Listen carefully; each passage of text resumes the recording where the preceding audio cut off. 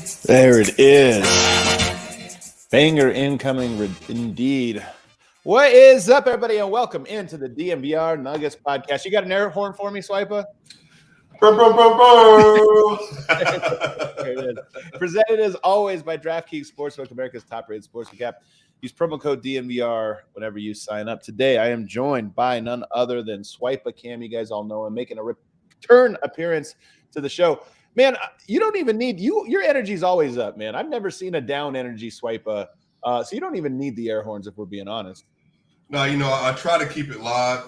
Denver hasn't had a lot to celebrate, for the last couple of decades. So, we're in a great era. Everything's going well. We have a star in town, and obviously Nikola Jokic. We got the wonderful star, Sierra, who's also married to the starting quarterback for the Denver Broncos, and Russell Wilson. So everything's going well. Shouts to Sierra. It's funny, man, because I know you're into all the sports, and I'm watching you follow like I am following the Avs. Like I'm not a hockey guy. I take it you're not a big hockey guy, but you're becoming one. I mean, everybody that paid any attention to the Avs during this one became a hockey guy, and it really is, man. Like, it's funny you talk about bringing the energy, bringing the vibes, or whatever. It's easy to do right now. There just is an optimism around Denver sports right now that it's cool to feel. Like I really don't think it's ever been like this. We've had two teams be good at the same time, but three teams, I don't think we've ever had it. Yeah, I mean, we just had Nathan McKinnon, who literally 1 year ago said, I haven't won anything in my career, scored the most points in Avalanche history. They win the Stanley Cup. Nichushkin signs back. They have all these great moves they're making. And then on the other side, got Russell Wilson and everything going on with the team. And, yeah, I mean, like I said, I think this is arguably peak Denver sports era. Yeah. Maybe 1990s, late 1990s when the Broncos were riding high, and obviously two Stanley Cups from the Avalanche. But the Nuggets weren't, they weren't necessarily great. We had Antonio McDyess and all that. So, yeah, this might be it. This might be the best era we've ever had in Denver history. Yeah, for sure. I see a comment here I'm going to address. High hopes for Micic on Nuggets. Guys, got to get rid of those hopes, man. That one ain't going to happen. I honestly don't think it's going to be a thing. I've talked to some of the people in the front office. It's like, I just don't see a path. Could it be in years to come? Maybe if the team evolves in a way that they need that skill set. But, one of the things we're going to talk about, and we'll probably do more of this in the second segment, is talking about just the Calvin Booth offseason, the first offseason. But we see what it is that he's been doing, and they have enough offense. Now get defensive guys. And if they're two-way guys, great. But if they're not, swing harder towards the defensive end. Micic more of an offensive guy. I mean, he's great. He's a lot of fun. I think he's an interesting prospect, or I guess he's not really a prospect. He's 28. He's an interesting piece, just not necessarily the piece that Denver needs. So I hate to burst your bubble, but I would not be holding my breath or hoping for that in any way. We got to get you out to Summer League. First of all, I'm looking at myself in the camera now. I don't think I've looked in the mirror for a couple hours. I'm a wreck, dude. I'm a wreck, man. I slept maybe 10 total hours the entire time I was out in Summer League. I was partying hard in the sun, watching games, talking to people. My brain, honest to God, like a computer, when you've had it on for a long time, it starts work. It's gets crunchy. It's not working right. That's how my brain was. That's how my brain was all the way until last night when I finally got a full night of sleep. Well, you got a lot of basketball to watch, Adam. You have a lot of responsibility. You're a content director. That wasn't it. You can blow my cover, man. We were talking before. Watching basketball, I did a little bit of that. I did a lot of it. Is this blackjack tired you're telling me about right now? Dude, I'm telling you, man. So here's the thing. Blackjack, we joke of the DNVR guys. I love the outdoors. You could probably tell that from me, when I just have my Twitter presence or whatever. Camping Adam is the top Adam. That's me in my element. That's when I'm most myself. Blackjack Adam might be right below that, there. And I get the whole squad up there. I mean, we were rolling 15, 20 deep at my favorite casino. And we'd get around the table. When you get everybody at the table, it's it's communal. You're all rooting for each other and stuff. So that's why I like blackjack. It's easy, it's dumb, and you get to do it with a bunch of people. Do you gamble? Do you play any casino games? So yeah, I played blackjack a little bit. My dad actually was the one that would come home with the wads of cash after playing blackjack and everything else. So I feel like it's a game you can play that you can at least estimate a little bit what you can control the outcome a little bit better than the other thing. So I like playing blackjack when I do gamble. You know what's funny, man? This is a funny story. Nobody, very few people know this story about me. In middle school, I went to Thornton. Man, I came up in Thornton. In middle school, I would actually, with shouts to my homie Juan Miranda, every day I would take my lunch money. It's a true story. Sneak out of class, and we'd go play craps, like in the bathroom for each other's lunch money. And like some days you'd come home with like $30, you know, right. And then some days you wouldn't have lunch. That's a true story. Shouts to Thornton Middle School. That's how we did it over there in those days. We got to move on though, because I got a lot I want to pick your brain about everything going on here with the Nuggets. We'll start with the Summer League guys in segment 1. Segment 2, we're going to get to the free agency guys, KCP and Bruce Brown mainly, but maybe we'll talk to DeAndre Jordan too. And then in the third segment, returning guys, Jokic, Murray, and PJ Gordon, just to kind of get a sense for where you're at on the roster and what you expect for the Nuggets this season. But I want to start with the Summer League guys and Christian Braun. We got a chance to watch him 2 times. Hasn't shot the ball well. I feel like he's done a lot of things really well. So I'm curious, what's your evaluation of him right now? Yeah, I think Christian is the guy that had almost the least to lose and also the least to prove in Summer League as well. I think everybody already assumed because of his skill set, Michael Malone guy, true Malone guy, obviously the reputation he has coming out of Kansas, played every single minute of the national championship game. Michael Malone has talked about that several times. I think the way that he plays and how he fits into the system, sliding in at that backup 2 guard position, he already had so much going in for him. I don't think that Summer League was going to help him. I think what it did is solidified that he is a guy bought into the role. He bought into what he is supposed to be doing with his team. Right. He didn't shoot the ball well, but he was making great cuts. He was giving great effort defensively. And I don't know if you paid attention to this. I know you probably did, but he was really good in transition. That's probably one of the things I noticed most. Yeah, he was breaking out like whenever there was a rebound, whenever the block shot, even the steals, like the help side defense. He was forcing errors as well. So, again, you didn't need to see him do what Jaden Ivey will be doing for the Detroit Pistons. Like, you don't need to see that kind of stuff. I just need to see, can you play defense? Are you aware on the court? Do you know where you're supposed to be? The shot will come. Everybody knows. If you shot 39% over the course of your career, basically your last year at Kansas, that's going to transfer over at some point in time. But I just need to know, can you do everything else on the basketball court? That way we know what we can build around. It's interesting that you said, the way you talked about him, the transition thing, absolutely. I put on the list that he doesn't leak out early on fast breaks, but the moment the rebound is secured, he beats everyone down court. Like he's really athletic. Like not just people think athletic means jumping high. He does that, but he's actually a fast sprinter. I don't know what his sprint times were at the combine. As soon as that rebound is gone, he sprints every single time. He's in great shape. I don't think I've seen him get tired in Summer League yet. So he's got all those tools, but he, to me, in many ways defines the Calvin Booth era. Like when we ask, what is Calvin Booth? What does he want to do? And maybe where does he depart from Tim Conley in certain ways? The number one way is, I think Tim Conley would always want best player available in a vacuum. Best player available. What do they do? We're going to take this guy, and the upside could be huge. It could be immense. Christian Braun is not the best player available at 21. There are players that have a chance to be significantly better than him. It's like, hey, man, if this guy hits, he's going to be a superstar. He could be an all-star. He could be a cornerstone piece. I don't think Bruce Brown can be a cornerstone piece for anybody. He's a great defender. He's what Denver needs, and he is, I think, a really solid player. The odds of him being a solid NBA player are really, really high. And I just feel like that's a little bit of a departure of, hey, we no longer need the sizzle. Like we need the steak. That's what this guy kind of represents. So I'm really high on him. Here's the crazy thing. And I get the sense from even talking to people in the front office and around the team, I wouldn't be surprised if he starts the season in the rotation. I mean, if you look at it, Bruce Brown, guys that are locks, Bones, Bruce Brown, Zeke Naji. Actually, I'm not even going to call Zeke Naji. Zeke Naji, Jeff Green are close to lock. There's at least one spot there, and it could be a 2, it could be a 3, or it could be, play them where they're comfortable. That's open to me right now. I wouldn't be surprised if he starts there. It's going to be in a competition. There's not going to be named at before camp. But if in the back of everyone's mind around the team, it's like, you think it's him. Yeah, I think too, Adam, I would say he's a lock, but I think they're also hoping that he's able to do it. I think they know they need him in some way, shape, or form. But again, having a 6'7" two-way guard to come off the bench, he's going to not just be able to supplement off the bench, but even in moments, he can be able to supplement behind KCP. That way, when you put him in the game, again, there's going to be a drop-off. KCP is a better player, but it's not going to be so much of a drop-off that you're going to lose your identity of your starting unit. So even if you need to play him in that slot, I think he can do that really well. And to your Calvin Booth point, we're going to talk about this later.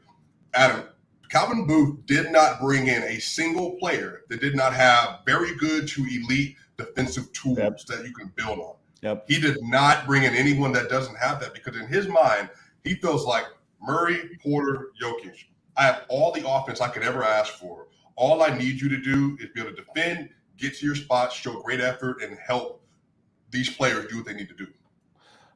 It's funny. DeAndre Jordan's by far the worst defender. We'll talk about him a little bit later, but he's the one guy that's sort of like a little bit different. But every other player absolutely fits that. Even Colin Gillespie is not a guy. And I know you could roll your eyes and say, "Oh, two-way guy, point guard, whatever." But no, Marcus Howard, like that. I don't think Calvin Booth will ever bring in or Marcus Howard. Like, what is Marcus Howard? He was never going to be a defensive player in any capacity. His best case scenario would be that he grows to become a defensive liability that's worth it because his shooting is so good. That's no longer a risk I think the Nuggets are going to take with this regime. And so to your point, it's a salient one. Like that's exactly what I see in all of these guys. Braun, do you think is he more like Bruce Brown, KCP, somebody else? Like, who is he most like on the team?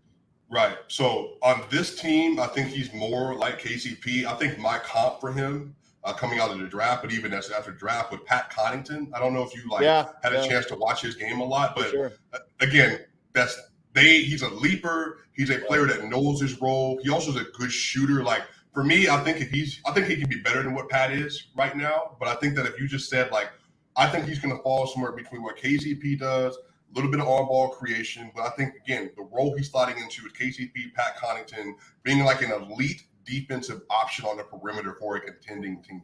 And I think that a couple years down the line, like we're going to talk about with a couple of other people, that could be one of the dudes if the Nuggets are saying, like, man, we're plush with wings all of a sudden and we don't want to pay this guy. That's somebody you can flip real assets to because everybody is looking for players like Christian Braun. Are you surprised he hasn't been more of an asshole in Summer League?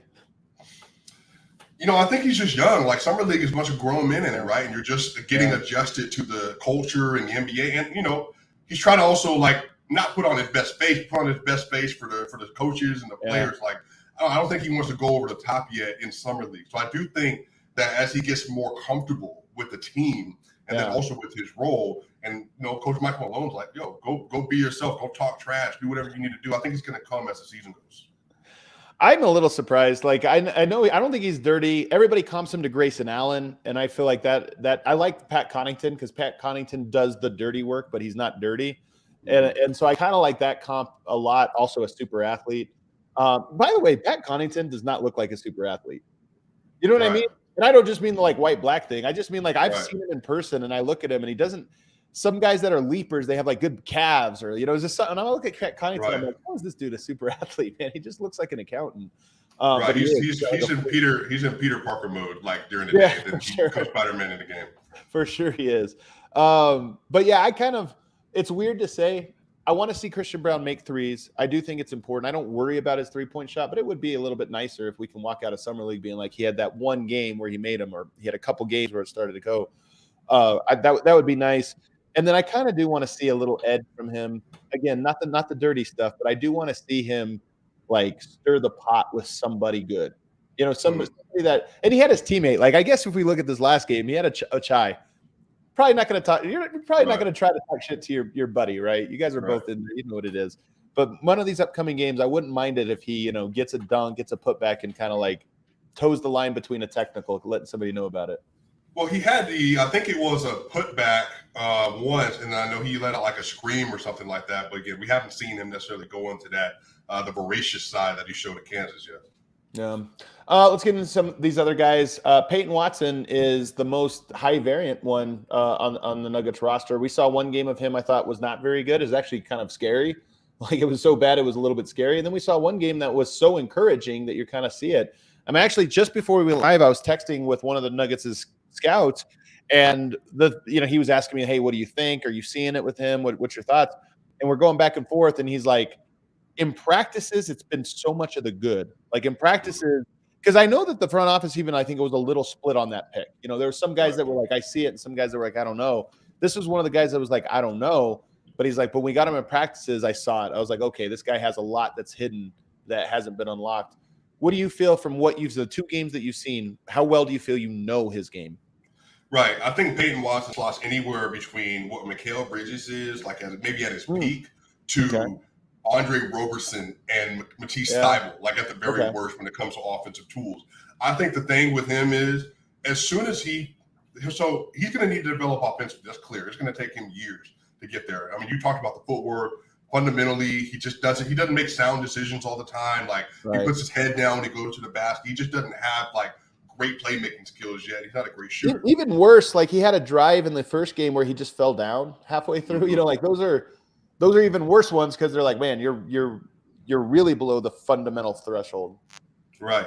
I think the thing defensively, like, because I heard Bobby Marks talk about this actually pre-draft. He talked about Peyton particularly, and he said that defensively, you're just not going to find many players like this. So I think the thing with him is if he's just able to develop defensively to the point where like he reaches that Calvin Booth level where he says he's a first or second team All-NBA player, offensively, I don't need you to do much of anything. I just need you to be able to be like competent with the ball in your hand. But that's going to take him being in the G League this year, maybe getting some game. The Nuggets, they're going to have injuries. They're going to have players that are resting. Maybe he gets some minutes every so often. I think the more exposure he gets to how he plays the game, because he basically missed a year at UCLA, and then he gets in just to invest in a little bit in the Denver Nuggets team and the culture and stuff, I think that's going to help him. But I think it's going to take a lot of time.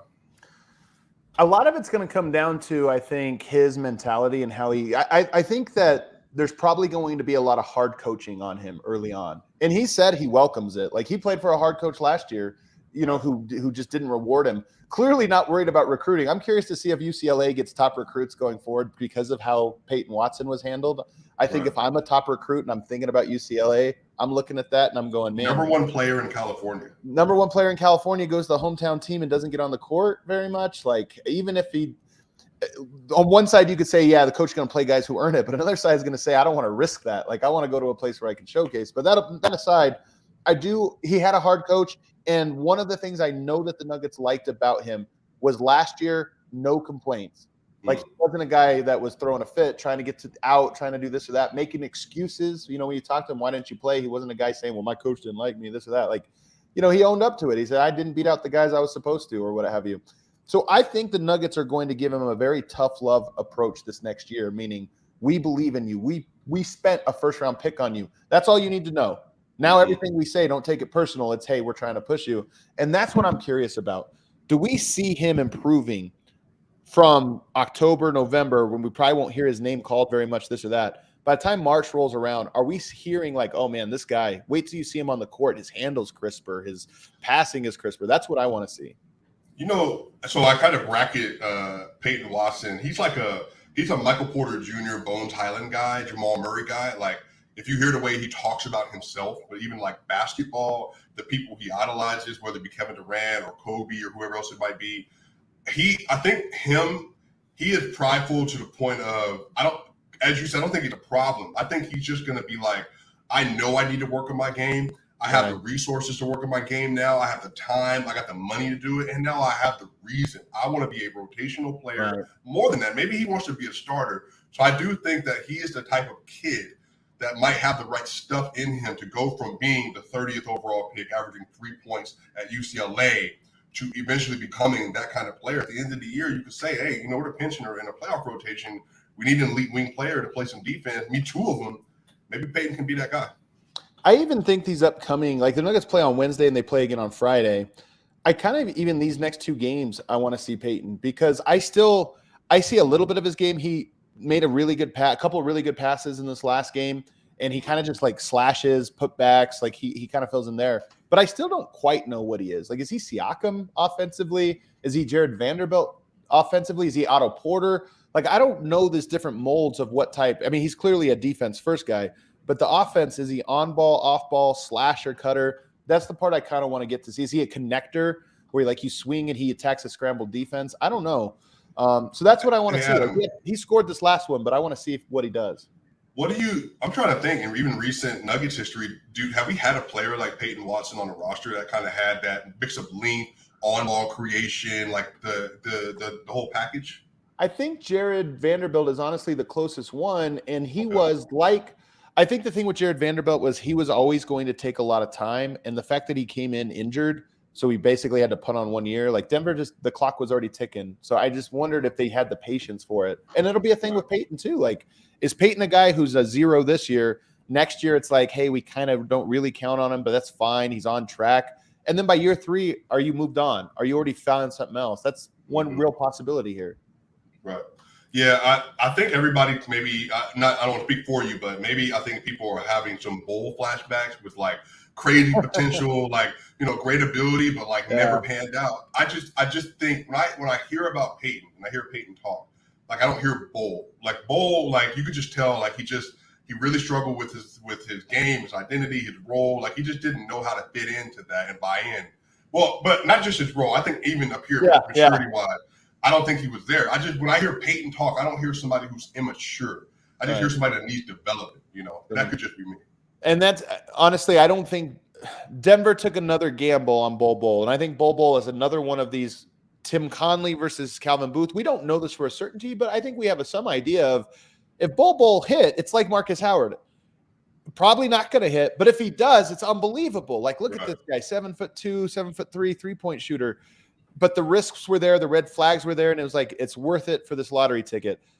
I think Peyton Watson, they would not have done that if they had any inclination that this was not a guy that was going to at least try, to be exactly what they want him to be, not just try to be great, but be what they want him to be. So I see the comp from a talent standpoint or whatever, length and this or that, but I just think they're completely different from how Denver expects them to develop. Why don't we take a break? We still have Kamagate, who's maybe the most interesting guy that's so far through 2 games in Summer League, as well as a quick little bit on Colin Gillespie. But first, I want to tell you guys about FOCO. Colorado sports fans, your home for Denver sports coverage is partnering with the leader in sports merchandise and collectibles. DNVR has teamed up with FOCO to secure your access to the best collectibles and gear around, whether it's Broncos, Nuggets, Avs, Rockies, Buffs, Rapids. FOCO has something that you will love, including these incredible bobbleheads. They have them for the Stanley Cup. They had these already made and ready to go, or you can pre-order them now, where it's different guys, McKinnon, Makar, Kadri, holding the Stanley Cup, these really cool-looking bobbleheads that they have on their website right now. You can check those out, foco.com, or you can just click the link in the YouTube description to this show. All non-presale items, you use the promo code DNVR, and you're going to get 10% off. And use that promo code. We've partnered with them. They want to see that we're sending people there. And on top of that, you get that 10% discount. So it's a really great deal. Check them out, foco.com. Also want to tell you about Avaca TV. You might be watching this very show on Avaca TV. Maybe you haven't been able to watch the Nuggets, Avs, Rapids, but now you can watch all of those on Avaca TV, who has Altitude TV as part of their deal. Services include the local networks, also AT&T Sports and other national channels. So it's not just that. You also get a whole lineup. And by the way, new things. This is a new paradigm in cable delivery. So they're actually adding things all the time. A quarter from now, you might even get even more shows on there. The services are available in Denver and Colorado Springs. And like I said, you can get that DNVR channel, which is on there all the time, which is really cool. There's use promo code DNVR and you'll get $10 off your first 3 months. Go to avaca.tv/DNVR. That's Avaca, EVOCA.tv/DNVR. And you're going to get $10 off for 3 months. It's only $15 per month the first 3 months, plus a receiver, no contracts, no hidden fees. Then you have an option to rent a receiver for just $5 more a month, or you just pay up front for $250 and it's yours. Check them out. Really great partners of ours. All right, back here, segment 2. Ishmael Kamagate. Give me your takes on this guy. So I don't know if you saw, but on Twitter, I sent you a little tweet because I'm trying to channel that same energy you gave to Nikola Jokic in 2015. Oh, I did see this one. Kamagate right now. Yeah, I think that dude could be, and I don't, again, I'm not saying ceiling, just comp.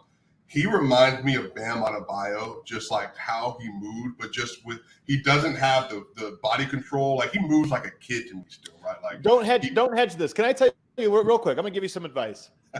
When I saw Jokic, it was my first summer league, and it was my first summer doing this. So I'm watching this guy, and I'm like, man, this dude's amazing. Like, nobody's seeing this. I'm talking to everyone at Summer League. But, like, he's second-round pick. He gets his shot blocked, and I'm like, I hedged, man. I hedged. I'm like, I think he's Marc Gasol, but he might be Pero Antic. Like, no, don't hedge, man. Go all out. Nobody cares if you're wrong. Go all out. All right, look, I think that Ishmael Kamagate has the potential to be one of the best mobility bigs in the NBA, guarding 1 through 5 and being an elite at the rim paint protector. Yeah. What he does on the court, like, again, this is somebody like you could tell he hasn't played basketball like for a long time. Because when he's in the paint, even like on rotation, sometimes he gets lost, like he doesn't know where he's supposed to be. But Adam, when that dude locks in, he literally changes everything at the rim. All the rim pressure goes away. In summer league games. Like, people are literally like not going towards the rim or the basket. Like, he's forcing people to change their shot before they step into the paint. And then even his ability like to be able to jump quickly offensively, he hasn't really shown much. Offensive rebound, getting better game by game. His ability to finish. Like, there have been times where they've thrown him the basketball like near the rim where I'm like, all right, he's gonna catch it and set and then dunk it back. But he just is able to put it right into the rim. Athletically, he's there. Body-wise, he's there. All for him is going to be is repetition, repetition, repetition, and confidence. And I truly think that this dude could end up being like an absolute steal in the second round. So one of the things I like about this, Bam Adebayo is the guy they say when you talk to him. Like, we talk to him and say, hey, give me what is this guy? What's he like? Like, he kind of moves like Bam Adebayo on the perimeter. He can guard out on the perimeter like this. Now, in Summer League, I will say, and I think it's a conditioning thing more than anything, there's been moments where I've wanted to see that. Like, he's done it for, like, small stints. There's been moments on, like, closeouts where I want to see how he can close out and take away the three, but stay in his stance, not get blown by. And I haven't seen that yet. And I think it is more about conditioning than anything else. He's looked a little tired out there. I hope by Friday's game he's just in a little bit more rhythm and better shape, that we see more flashes of that. But that is the comp. And I saw somebody else say he reminds me more of Capella. I would say it's somewhere in between. Like, Capella is a great rim protector, probably better than Bam Adebayo, actually a lot better than Bam Adebayo as a rim protector, but weaker out on the perimeter. I think he's somewhere in between those guys. Like, he's a good rim protector, but he can move his feet like Adebayo.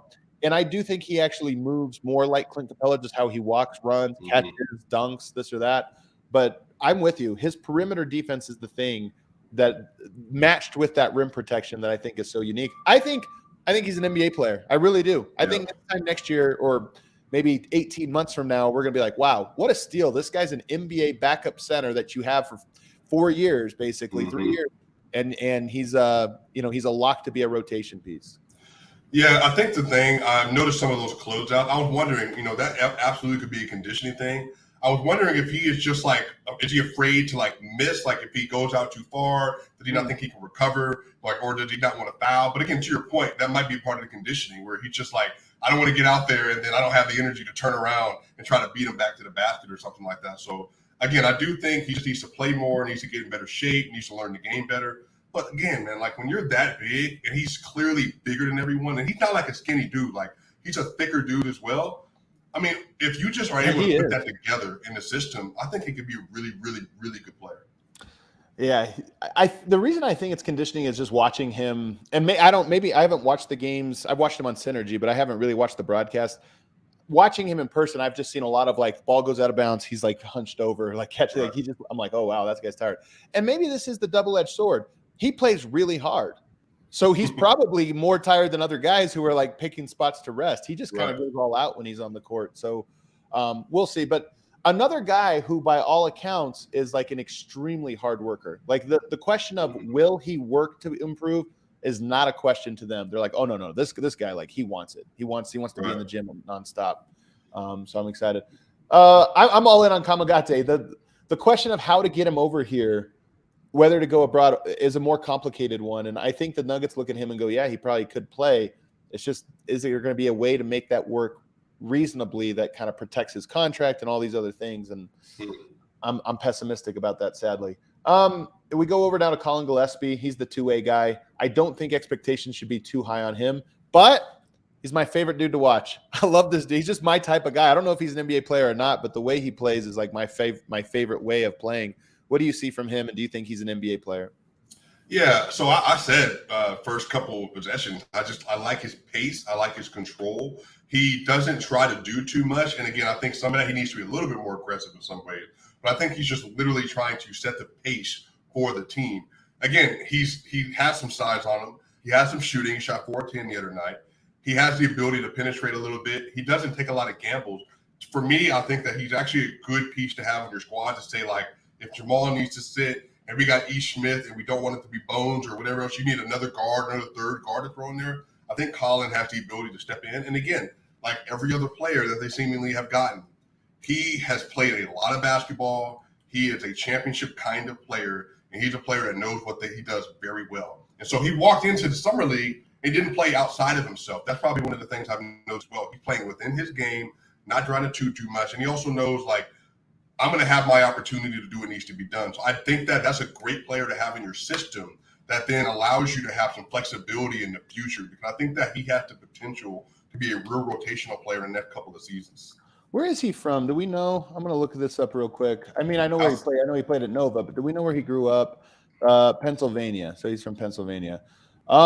He's clearly, he's from Philly. He's from Philly. So yeah, the Philly fans love him, actually.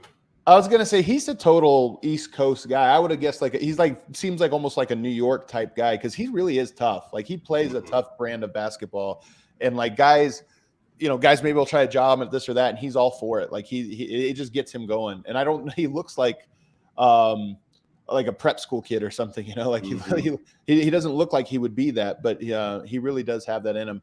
Would you feel comfortable if he had to play for a month? If there was, like, let's say Bones Highland went down and all of a sudden you got Ish Smith, you got Colin Gillespie, would you be comfortable if he was at the helm for a month? Okay, so I'm going to say this. This is not disrespect at all. I think that there are many things that Facu Campazzo does really well. I think that he is a great international player. I would be more comfortable with him on a consistent basis, I think, than I would with Facu. Just because I think with him, offensively, there are things that he can do that would make the defense have to rotate to a little shoot bit. Off the bounce, yeah. That's what I mean. Like, even if I had to trust him to say, like, he has an open three, I can trust that they would actually be like, all right, man, we got to actually rotate to get out there. I think he can control the pace. Again, defensively, as bad as he might be defensively, I don't think he's going to be any worse than what we've seen from Facu the last couple of seasons. So maybe, again, this is a part of this is, I think that if you had to ask him to do it and you just didn't trust that Ish Smith was going to be that guy consistently, I think he'd be a great replacement right now for what you would want from a point guard, and a good approximation for what you had in Monte Morris. Swipe is never afraid of the smoke, but he just hedged against Facu fans. Like, did they get to you, man? Did they pull a Ryan Blackburn? You're not afraid to argue with people. Are you afraid of Argentina, dude? What's going on here? No, look, I like Facu as a person. I just, like I said, I said it all last year. I think that Bones should have played. He played 52 games too long. I didn't think he should be on a roster in the playoffs. Should have been Davon Reed. I mean, I've said all this, Yeah. I am curious to see.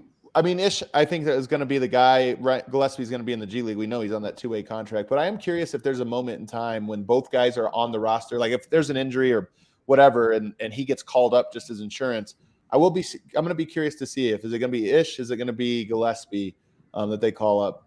I could see either. Well, like, Ish Smith has his own weaknesses too, so that would be interesting to watch. How big is Colin, by the way? He's taller than you think. Like, when I was standing next to him, I think he's listed as 6'2", but I would have guessed 6'2", 6'3". Sometimes, especially the shorter guys, I always assume they're shorter than they are. Mm-hmm. But no, he to me did not look like. I mean, he's not like Facu or one of those guys. Like, he's a pretty much regular heighted guy, and kind of like stockier too. He's strong. He can handle the contact. KCP. I don't know if KCP or Bruce Brown are the biggest additions. Like, they're both kind of right there. I guess since KCP will start, he's a little bit more of that. What do you make of him, the addition of him on the roster? Yeah, so I was high on KCP. I was high on him at the trade deadline. I was high on him, obviously, going into this offseason. Again, a 6'5", almost 6'6" guard, that 39%, I think, shooter. He shot 45% from the corner, I want to say. He's one of the better on-ball guards in the NBA. I think that there's so many things that he does well. He's a physical player, which I think is something we've missed at that two-guard position since Gary Harris stepped out. Like, I think prime Gary Harris for the injuries, obviously. Like, the way he's able to play, get over screens, the way that he plays in transition as well, There are going to be so many things that he does for the Denver Nuggets. And again, I think having a player, because he's not a great on-ball creator, but he's good enough that if you're in a pinch at the end of a shot clock, that you can give him the ball, he can do something with it. I don't know if you saw with him with DC, but last year he had a great stretch of games where he was averaging over 20 points a game. But again, they had some injuries. How many games was that? What was that stretch? Because I did not see this. Yeah, it may have been like 5 or so games or something like that. I have to go back and look it up. So it wasn't a lot, but it was just enough to be like, all right, if you're in a pinch, you can utilize him to some degree. Right. I think that kind of what Jeremy Grant was in terms of his offensive role when he was with Denver, I think that's probably going to be around what KCP, if not a little bit less. I think that he's not going to be the playmaker that Will Barton is. But all the defensive lapses that we were looking at, and even some of the hustle stuff that you didn't feel like you got from Will at times, I think that he's going to make up for a lot of that. So I'm actually really excited for KTP to be slotted in, especially next to Murray and next to next to Porter. That's going to be the best two-guard defender I think they've had, maybe even over that Gary Harris in the bubble. Man, it's funny because back in the day, I was arguing that Gary Harris was a better defender than KCP. Those two players to me were so similar, and I was on the other side. So now we'll see, getting a closer look at KCP. Obviously, Gary Harris also fell off in that capacity, so it became a little bit less, more obvious. But I am curious if KCP is another guy who, and he's in a contract year, he's another guy that I think his best role is slightly below what his preferred role is. Meaning, I don't think he's a gunner, but he's a fifth option on this team, the same way Aaron Gordon is. Like Aaron Gordon, one of the things I'm most impressed with him is that he doesn't really take shots he's not supposed to. Every now and then you're like, okay, that's a bad one, but who doesn't? But he mostly seems fine being a guy that they don't run a lot of actions for. I wonder if KCP is that way, or if he's a guy that even if he's willing to play that role, just needs a play called for him every stint. 4 times a game, we have to call the KCP play, even though it's not that good of a play, but we got to call it just to make sure he feels okay about things. That's one of the things I'm curious to kind of see in him. Yeah, well, I think KCP, if you look at his track record, if you want to run some sets where you're getting him on the move as a shooter, he can do that. If you run some things for him going to the basket as a cutter, he can do that as well. So, again, I don't see KCP as a high-volume dribbling capacity. So whatever Klay Thompson was at his peak in terms of, like, his usage, KCP is probably below that. But I think he's around that player. You didn't ask Klay Thompson to dribble the ball. I know you still don't ask Klay Thompson to dribble the ball a lot. I think KCP is able to slide in next to playmakers, and I think something that's missed about shooters or players like that is they know how to find gaps in the defense to be utilized best. So when Jamal is on ball and he's penetrating, he knows he needs to be at the top of the key or in the wing or in the corner. If he sees Jokic struggling, he knows how to rotate on the side of the double team in order to actually get into the spot where Jokic can see him. I think even if Michael Porter Jr. has the ball, if Michael gets in a bind, he's able to slide in the corner so he can see him. I think that kind of stuff is going to help elevate his role. And I think he's going to be comfortable within that as long as you maybe get him some stuff on the action. But I don't see him complaining a lot. But again, I think that's just what I saw from him with the Lakers. It could be different. I know you loved his comment about the bubble. Right. I mean, I loved it too. Like I've been saying this. I don't go as far as he does, where he said like the Nuggets would have won or whatever. Right. I just say people act like that series was like a breeze. I also heard Lakers, by the way, back talk about the 2009 series, and they were like, I hate when people say that series was close. It was, a 6-game series and they won the last game by 30. That was not a close series. I'm like, man, I hate this. I hate it. Like whenever a team wins, it feels inevitable. That series to me was closer all the way down to the final game, the final like quarter of the final game. That was the only time it didn't feel close. And I looked at that series and I was like, man, the ball bounces the other way and the pressure was on them. And Denver was always feeling themselves. Like if Denver would have got up 2-1 in that series, I honestly think that the shots were going to fall. Like that team just had a feel of necessity to it. And that Anthony Davis that shot kind of sucked it out of there. So I love that he said it. I think it's probably pandering, but I think it's also, there's a little truth, there's a little truth in it. I think it's a 6 to 7 game series, but I'm not going to lie to you. I think that LeBron James was inevitable. I don't know if you remember that game 5, that last stretch he had. How many of those did he have in him, though? Here's my question. How many of those did he have in him? Because we haven't actually seen a playoff LeBron put more than one of those together in a row. Yeah, I mean, it was game 5. Yeah, it was game 5 that he did it. And then I think, even that stretch where the Nuggets were up 20 points, I mean, they won, but it was a turnover fest too. Rondo was getting stealed. Braun was in the open court. AD was doing it. So again, maybe I just at that point in time, LeBron still seemed to be like near the peak of his powers. And I'm not going to again, that last 5 minutes, it was just I feel like I'm watching a rerun of the Detroit Pistons series. There's nothing you can do about this. I'm telling you this one right now, though, with LeBron. And maybe he'll prove me wrong. He's proved a lot of people wrong. But we have not seen LeBron go a full season into the playoffs and then battle after battle after battle. And we just saw my big theory, if you listen to the show, you know it. Chris Paul ran out of gas in the playoffs this year because he had to play an actual series after series after series. LeBron in the bubble got 4 months off before the bubble and then never went more than 5 until he got to the finals, went 6. It was a breeze. I want to see what happens if he has to go 6 games, 7 games. I just want to see if he has the stamina at age 37, 38, because that's the part that leaves. Players can have one great game. They can have 38 straight great minutes. But can they do that every night for 2, 3, 4, 5, 6 weeks in a row? That's the part that we just haven't seen. We haven't seen it. Well, Adam, I'm not going to lie to you. I don't think you have to worry about it, sir, because even if they get Kyrie, I am not concerned about them in the conference finals. I'm not. So you don't have to worry about it. Let's get to Bruce Brown before we hit a break. He was at it as well. It's funny, man. I had an epiphany the other day because I keep thinking okay, Bones at 1, Bruce Brown at 2. I think Bruce Brown's actually the 3.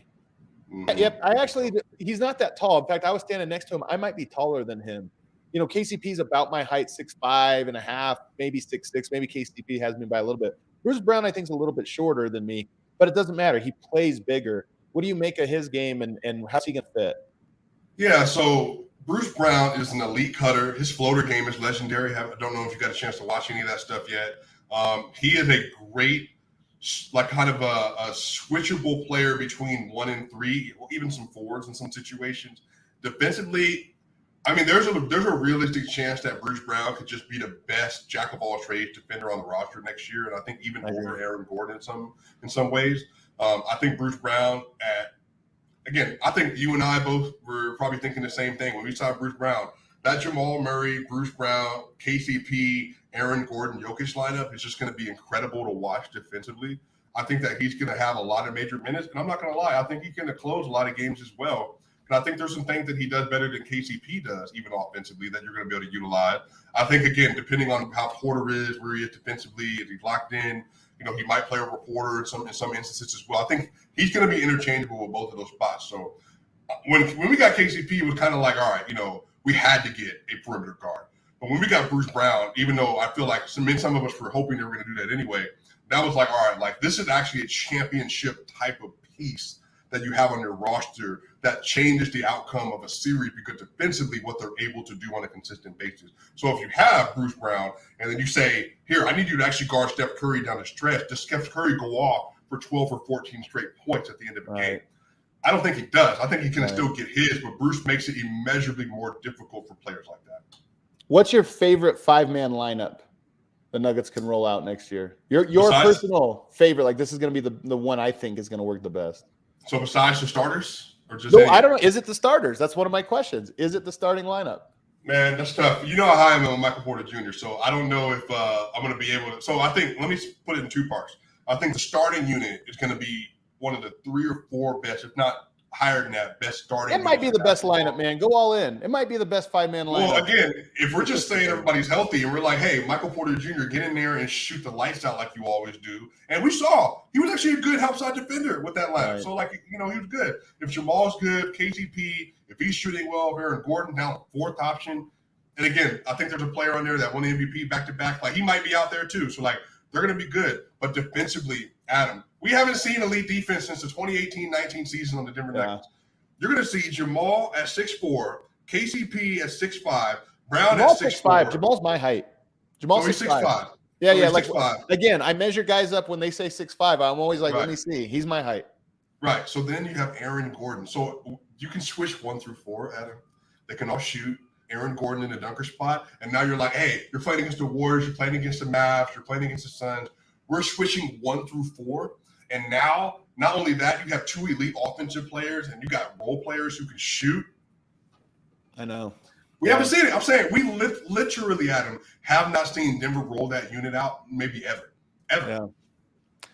I think there's a couple lineups. The starting lineup is probably the safe answer. Another lineup that I heard at Summer League a lot when I was asking people this actually featured Aaron Gordon out and MPJ at the 4 with Bruce Brown at the 3. And I think that's another one that you look at and you go, Michael Porter has sort of been pigeonholed into being small forward by just because of what Denver has, but I think he's actually best as a stretch four. He might be the best stretch four, offensively, the best stretch four there is.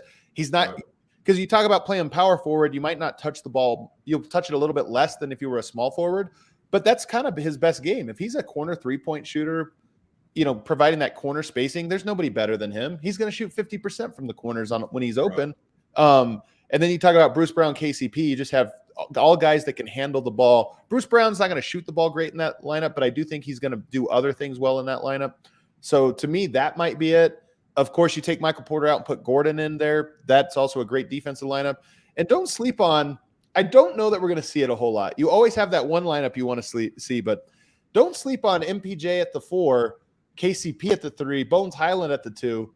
Now you're talking about that lineup just scores every time. Their defense might suck, but if you close, like say the third quarter, you closed with that lineup and the other team has like two starters who are out just because of their rotation, I'm sorry, you might score 10 points in 2 minutes, 15 points in 2 minutes just because every time down the court, you're getting something good out of it. And look, and again, so there's 2 points to this. So one of them, I even like the Jokic out lineup where you put Gordon at the 5 and you have MPJ at the 4, and then you have Bruce Brown, KTP, and Jamal.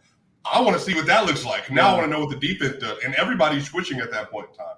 So, and also then with that, I think the other thing about this too is, Adam, you talked about this before, but that game 3, 4, and 5 versus the Warriors, and they were all really close games. And I think I've even heard you say that might have been the best 3-game stretch anybody played against the Warriors in the playoffs. I might be misquoting you. I don't know. I mean, as close at least.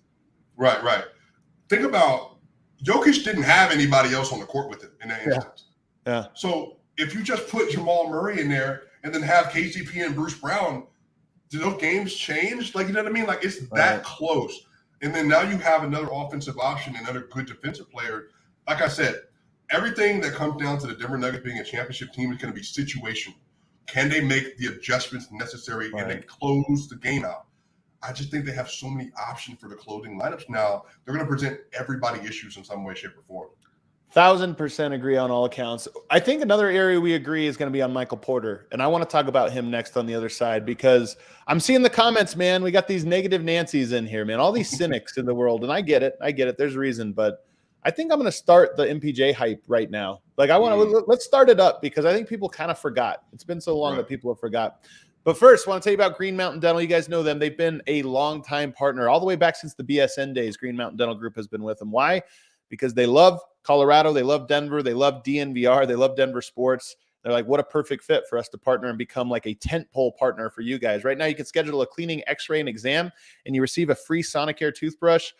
Tweet at us when you go there. Let us know. Show us that free Sonicare toothbrush. You won't regret it. Only 15 minutes from downtown. They're also a family-owned business, so you're going to be getting that family touch, where everybody is following up with you, gets to know your name, and just taking good care of you. Part of growing up is being great and responsible with your dental hygiene. So if you haven't been for a while, don't fret. Get a hold of Green Mountain Dental Group. Make them your preferred dentist. Again, cleaning, x-ray, and exam, you get a free Sonicare toothbrush. Also want to tell you guys about Athletic Greens. Our next, they're a product that I know they send us. This is the best part about being part of DNVR is the little perks. They send us Athletic Greens every single month, so we all have them.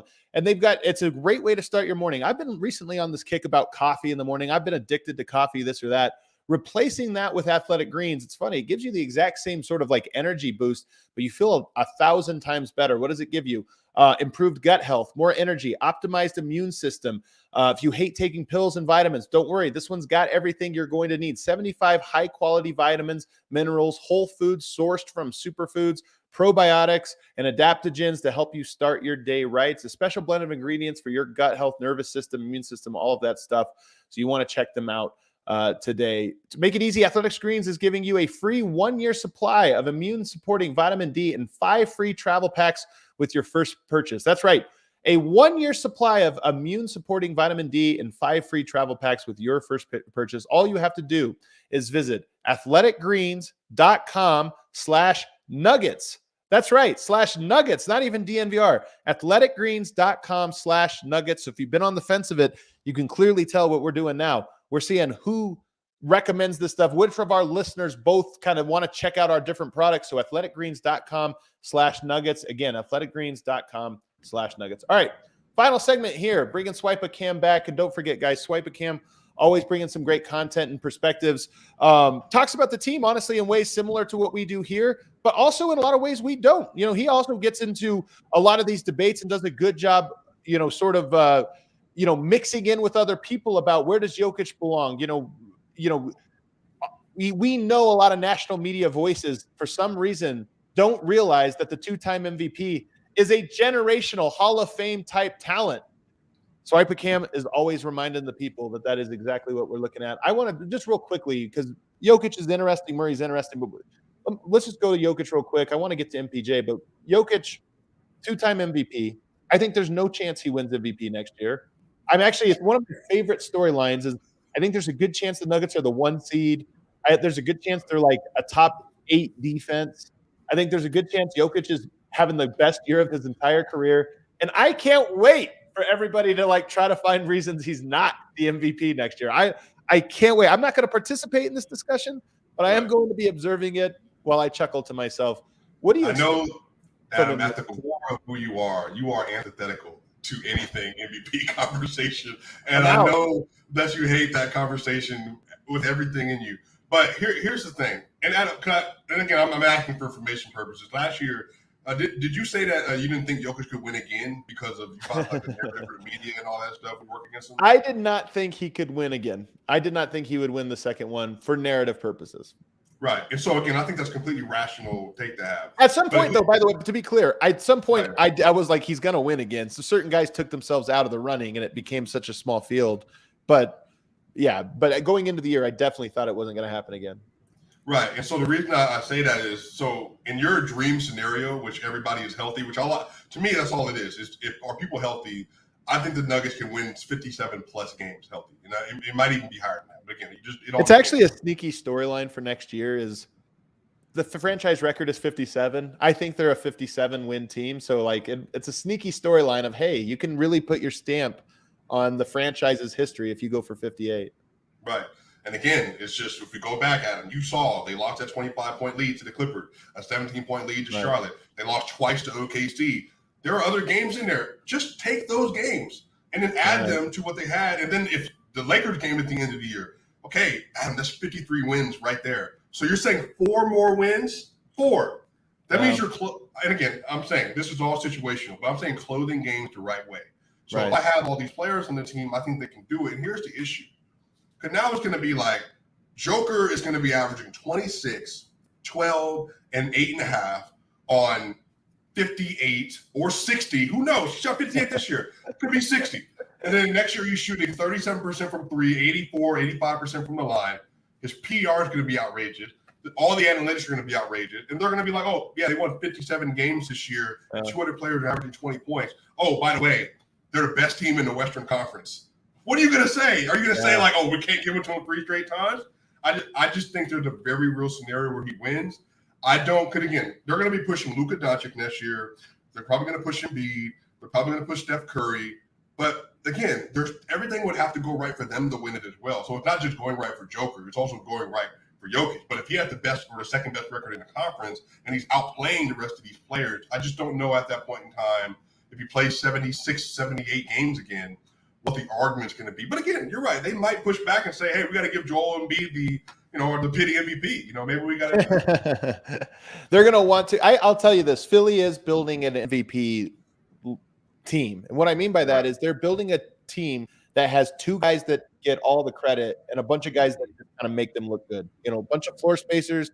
Those guys' usage is going to be huge, and I think it'll work out to the degree that it worked out in Houston, meaning – Adam, I think you're underselling the Tobias Harris All-Star League, Adam. Is that right? Yeah, that's coming for sure. Do you think he can be meaningfully better though? Like this statistic, you're talking about, he's going to be better by virtue of the team being better. But look, we have not seen him plateau yet. Every year he's actually been a better player. Is that trend going to continue next year, and are we going to see that? Even if it does, are we going to see it in the regular season? I think defensively is the next level. I think Coach Michael Malone has talked about the leadership stuff. But I think defensively, and Adam, again, you watch more Nuggets than I do. So, great content creator, DNVR, all that other stuff.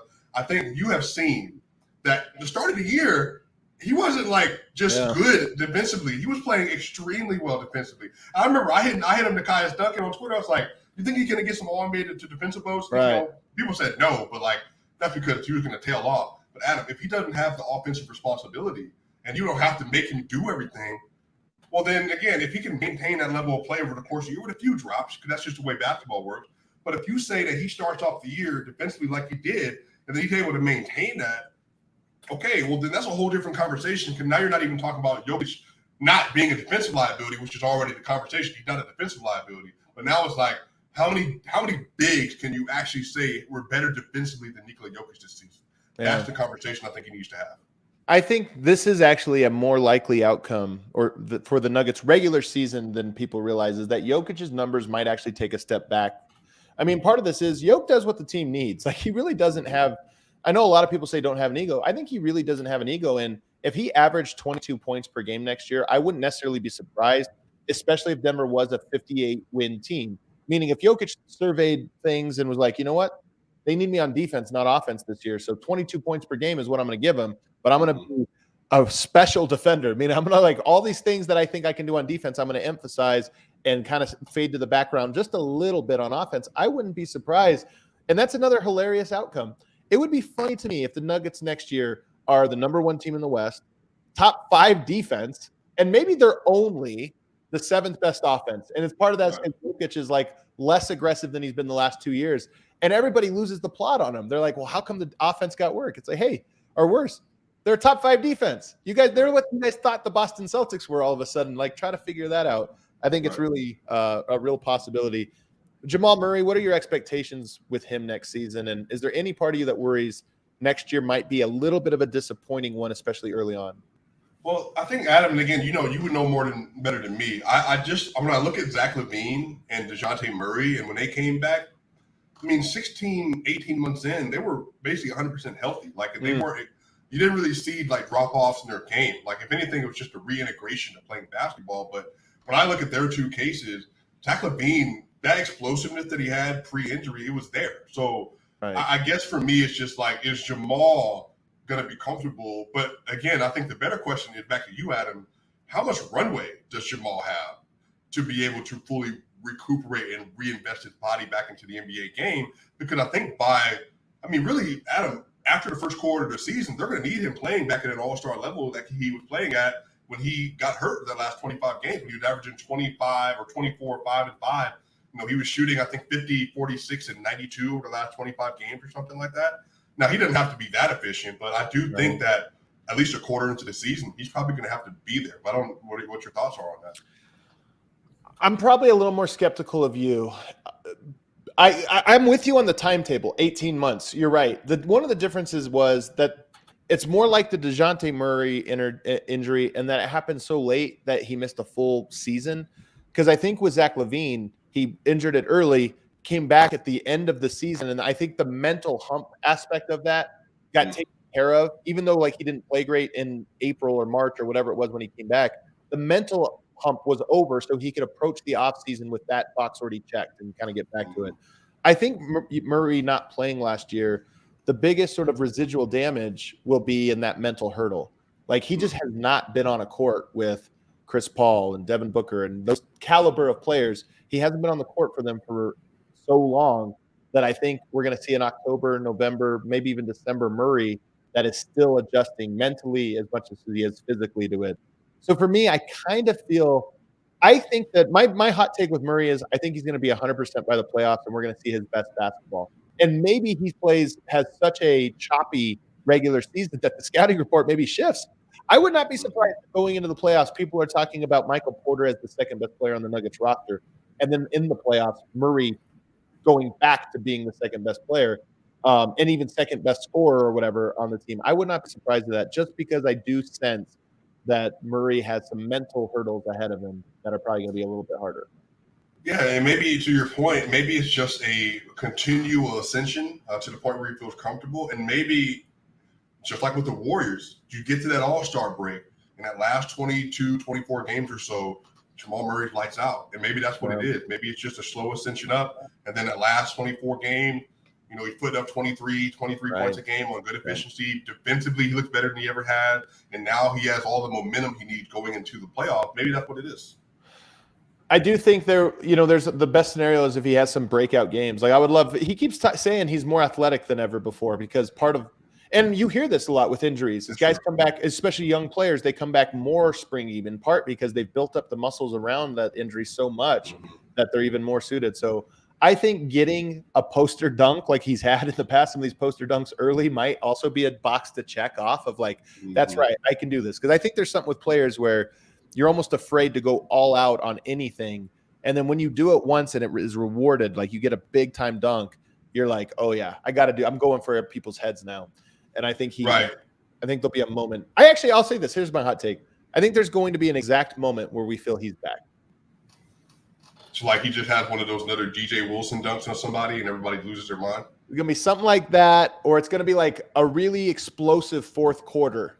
Or it's just something where it's like, man, Murray hasn't been himself. And all of a sudden he has a 24-point quarter and we're like, oh my God, he's back. Like there it is. He's back. And then it just, everything's gravy from that point on. I can't wait. Kel, you got to hop in on these hot takes, man. Super producer Kel says 50-point game, baby. 50-point game coming this season. I'm just calling it. Call your shot. When is it? What is the date? January. Okay, January. He just says January. All right, January. January 15th. Like I don't know. It'll be bold, man. That way you could call this back. Like when Murray has a great game on January 15th, you're like, you get to call it, man. That's how you look at that. All right, so let's get to my favorite. I'm out in summer league, man, and you get to be around. Take your time, Adam. Take your time here. I'm clear. I'm going to cook here. I want to set the stage and let you cook. You stand next to all these guys, and they're enormous. You're reminded of the fact that Jamal Murray is my height, and he's a guard, right? He's the shortest guy. Michael Porter is enormous.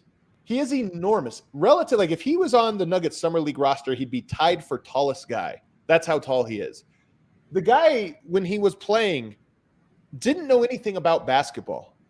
He's a young player who had missed all this time. He clearly has so many holes in the way he thinks he builds the game. And yet, when him and Jokic are on the team together, they win 80% of their games. They don't even have great chemistry together. It doesn't matter. Just by virtue of the talent. We talk about Peyton Watson. He gets things done, but he has these fundamental breaks, and the hope is he can continue on those, but he still at least produces.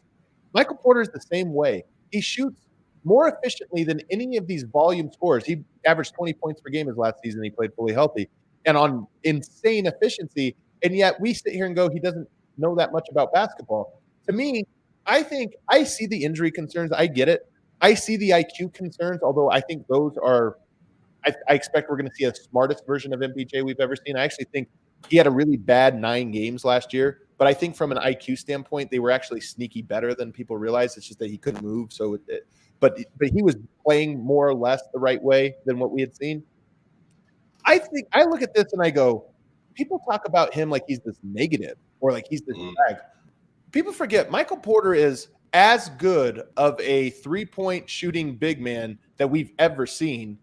And he's coming back to this roster and maybe in the perfect role. Like, I think people are sleeping on him. I think he's going to be the second best Nugget for the first 3 months of the season next year. And I think people are going, as long as he stays healthy, I think people are going to be fully back on board as early as the first or second week of the season. Right. Adam, you've heard me talk about Michael Porter before, so this is not new information. But people just are. Do people remember like what all three of them looked on the court together? They obviously don't. They don't because it's been so long. They don't. It was so to their defense. Right. It wasn't that long of a period of time, but yeah. Right. Adam, they had a 700, and I've looked this up. I love this. 774 minutes more Murray, Porter, and Jokic on the court in the 2020-2021 season. Adam, they had an offensive rating of 123.9 with all three of them played. Adam, in the playoffs. That's a lot of minutes. By the way, that's not a ton of minutes, but that's not like, well, yeah, they had that good game and it weighed everything up. Like, no, that's a good enough sample size to say 123. That's a lot. 123.9, Adam. In the playoffs, in the 2019-20 playoff, they had a 124.6 offensive rating. So imagine the literal greatest offensive trio ever on the court together, which the numbers say they are.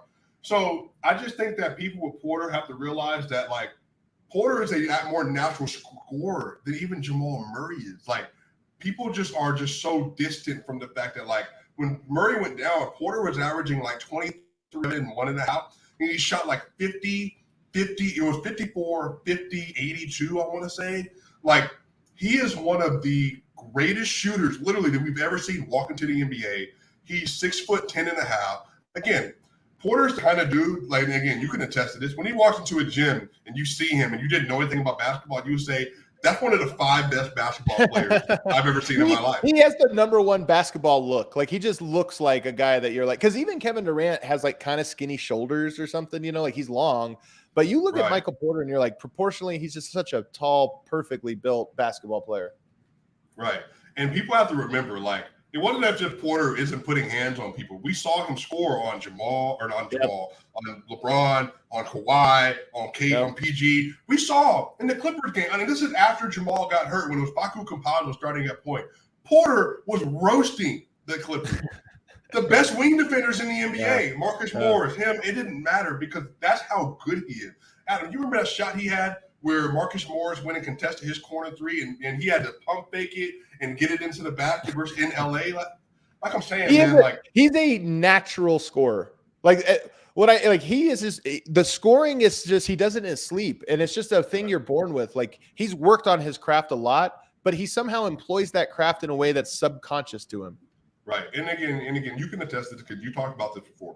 Porter isn't just like a guy that's immensely talented who doesn't also have an immense work ethic. Porter has an immense work ethic. It's just been his health that had prevented him from being able to be what he wants to be. But Adam, if Porter's healthy, what else do you need offensively? That's why you can buy all into defense. Again, going back to Calvin Booth, he brought in Christian Braun, defense, brought in Peyton Watson, defense, brought in Ishmael Kamagate, defense, and then even KCP and Bruce Brown. Those are all defenders. The reason that works is not just because you have Jamal Murray, but you got a 6'10" wing who's one of the best offensive forwards you could ask for in the history of the league from a scoring standpoint. So I am just waiting for Porter to have a healthy season again in which he can shut everybody up. Because, Adam, you remember this. When the James Harden trades were going around, people were bringing up Michael Porter Jr. in the reported rumor. Apparently, again, you can speak to this. They weren't going to give up Porter in order to even make that happen because of how good Porter was. So I just think people have to just get reacclimated to who he is as a player. But again, we'll see. The thing with him is, like, the injury stuff, like, whatever. Like, nobody really knows that. I've had some doctors on who do this, this exact type of surgery, and their whole thing is it shortens the career length. Like, they don't think he'll play past 32, 33 at most, maybe even less than that. But they don't think it should necessarily mean that it's inevitable that he's going to get hurt again. Like, it could happen, it could not. He's obviously a risk. I would be shocked if he played more than 60 games next year. I think Denver is going to kind of take it slow with him. So all of that. And then another thing I keep thinking is, and I talk about this a lot, I think everybody says in the playoffs you're going to have to defend every position. And I think there's a lot of truth to that. The Golden State Warriors are Steph Curry. All other players are situational. Now, is Draymond Green situational 98% of the time? Yes, most of the time he is there. But guess what? In the finals, in one of the most pivotal games, he was out. And it was controversial, but it was like Draymond Green, integral to the part of what that team does. He was out of the rotation. You go to Klay Thompson, Jordan Poole. Those guys were great. There were key moments in playoff series where it was like, hey, it's just not for you. I think Michael Porter is the exact same. Against the Golden State Warriors, for example, I think Porter is actually less valuable in that series. Like, he almost moves into a Jordan Poole role, which is he probably can't be on the court when the other team, in this case the Warriors, go to their best offensive lineups. He probably can't, which means he's probably not closing that series. Maybe he closes a game or here too if he's on fire or whatever, but for the most part, you're probably going to go somewhere else. But guess what? If you play the Clippers, he's probably on the court more than most players other than Jokic, because now all of a sudden you're saying this team is going to try to guard Jokic straight up. They're going to count this, put Porter out there and take Kawhi completely out of the game. Kawhi either going to guard MPJ or he's going to guard Jokic and help side, but he's not going to guard both, or Paul George or whatever. So to me, I look at it and I think people discount him because they'll say, oh, he's not going to be as valuable in the playoffs. And I just think he's not going to be as valuable in every playoff series. Murray, Jokic are probably equal value in every single series. Like they're on there. Every other player becomes interchangeable, and the fact that he's on a max, I think people think, well, you shouldn't be that.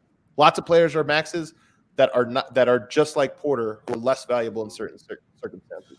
And again, I think that's what I'm not going to lie. This is probably my favorite. So the reason I think this is the best team that Jokic has had is not just because of the pure talent, but I think in terms of the versatility of the roster, it's actually going to help them out a lot. Yep. That way, when you do get in situations, again, MPJ is not our best defender, but you know who's a much better defender who can do what they need to do? Bruce Brown. Bruce can go in there and do what he needs to do. By the way, he brings certain traits to defense. Like he's actually, I know people are going to laugh at this.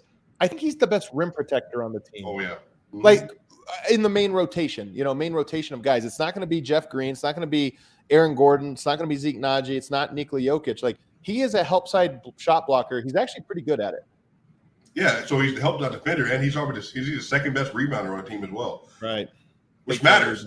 Matters. Again, if you secure that rebound versus Golden State last year when Jeff Green and Will Barton were staring at the ball, once again, that's something that he does well. He plays with great effort. Now, he plays in his own speed. So, like, he has his own speed he plays at, but he gives great effort on the board. Offensive rebounding, he's also great as well. So, once again, if you have Joker and MPJ and Gordon all looking up at the basketball, like to get offensive rebound, again, I just think that having them on the court and everybody being healthy, last year people struggled with Jokic, and they got 48 games. And they struggled even in the playoffs to contain the Nuggets in the last 3 games with just Joker. Now you add Jamal and a great on-ball creator and a good playmaker and a good shooter. And then you add an elite shooter and a decent on-ball creator. I just think, again, it's just the Nuggets are going to have so many ways to answer whatever question that you have for them. And, again, all this depends on health. If they're healthy, I think that they can make it out of the Western Conference just simple on the fact that the top-end talent in Jokic, the playoff talent and on-ball creation with Murray, and then also having the shooters and defenders that fluctuate between them, right. I just don't see other teams have that at their disposal. Right. The last part of this, and I gave this take a while back, but I want to say it over and over again because the more I think about it, the more I think it's very realistic. If Michael Porter staggers the most of the starters and plays the most minutes with the second unit, to me that would be a huge win. If he plays a lot of minutes with Bones, I just think Porter is at his best as a scorer when he's thinking score first. And part of why I think some people are low on him is because that doesn't fit with a role when you're with Jokic where you need to kind of fit in and take smart shots. But you put him out there with Bones Highland, if your bench unit is Bones and MPJ, and then everybody else are just role-playing guys, your Bruce Brown, maybe a Christian Brown, Zeke Naji, Jeff Green, like those types of guys that aren't eating ISOs, I actually think that means Michael Porter gets to eat a lot, and I kind of believe in Bones Highland's ability to unlock him. What I mean by that is I think Bones is a hooper that knows that MPJ is a hooper and will be like, hey, we need to get MPJ here. Mouse in the house. Porter, go to work. We're just feeding you until they call a timeout because they put some 6'5" guy on you, and you're just going to drain elbow jumpers until they call a timeout. To me, that's one of the brightest timelines of next year is Bones being the guy that helps unlock Porter in the second unit. Right. Yeah, I think Bones can do that. I do think that he's going to stagger a good bit this year. I'm curious, and again, last point on Porter. Do you remember the Phoenix Suns game last year when he opened up the season, actually making some assists, actually playing really well in the playmaking role? I do think that Porter I hope he's continued to elevate his game, because I think if he's able to do that more, that's going to help him not just even with the second unit, but with the first unit as well, just be able to create more opportunity for other people and even use his own offensive gravity in order to make those changes. So, yeah, I mean, we'll see. I'm really excited for him. Me too. All right, we got a super chat before we get out of here. Benjamin Heyman says, how high into the top 10 or so NBA players can you see MPJ getting in his career? They love player rankings, man. The people love them. They love to rank players. What do you got, Swipa? How high do you see him getting in his career? So, yeah, I have a top 25, top 40 that I've been working on. So I think, again, the last 8 through 10 is going to be your John Morant, your Trae Youngs, and then, again, whoever you want to put in that last 10 spot. The thing is with those players, those are not players you consistently have in there year in and year out. Like, Trae Young's not a top 10 player every year. Neither is Jason Tatum. But I think Porter is one of those kind of players where he had one of those years where he's averaging 26, 7, and 3, and his shooting is outrageous. Defensively, he's been a good defender or an average defender. And then that's the kind of season that he has the ability to have. So I think Porter has all NBA level defender, like level seasons in him if he's fully healthy. But again, in the same ilk as like DeMar DeRozan does. Like he made 13 All NBA this year. I think that he could be that kind of a player. I have a harder time seeing that. This is why Porter's weird. And it's funny, man, because I think people always hear, this is why they like rankings, is because they want, it makes something that is abstract, it makes it solid. But when you make it solid, it's not a solid concept. So it actually is often like misleading. Porter is a guy that I think can be a top 15 to 20 scorer. What I mean by that is I don't know that he's ever going to be a guy that, like, if Jokic went down, Murray went down, your offense is still going to be fine. And that can happen with a Paul George, for example. Everybody else gets hurt, but you got Paul George. He can make the offense hum because he's that type of all-around offensive talent. I don't think he's that kind of guy. So how do you quantify it? What I do think is that can be the guy that breaks the system for the other team. Like, the other team is like, okay, we have a plan to make life hard on Joker. Nobody can stop him, but we have the guys that can make it hard. And we got guys that can contain Murray and this or that. Nobody has the resources for Murray, Jokic, and Porter. And I just think there's going to be a lot of nights where Porter goes 7 for 9 from the 3-point line. And another team looks across and goes, we did everything right. And we lost by 20 because Porter we had to give up something. We ran him off the line, but it didn't matter. He's too tall, went 7 of 9. And we didn't just lose. We were crushed. We were absolutely crushed. He grabbed 6 offensive rebounds in this game. And you know what? The door was open somewhere, and he just slammed it shut for us. So, Adam, how great will you feel when that happens versus the Warriors next year in a 4-2 series that the Nuggets win? And then the Warriors are the tough one, man. The Warriors are the one team that I look at him and I go, you've got to guard. You just have to be able to guard. Like, they didn't stop. Denver had a 122 offensive rating. You just talked about 123 offensive rating. They just had a 122 offensive rating without Murray and Porter. So to me, it's like, can you guard? That's the one series I don't necessarily buy him in, although we'll see. Maybe he grows as a player.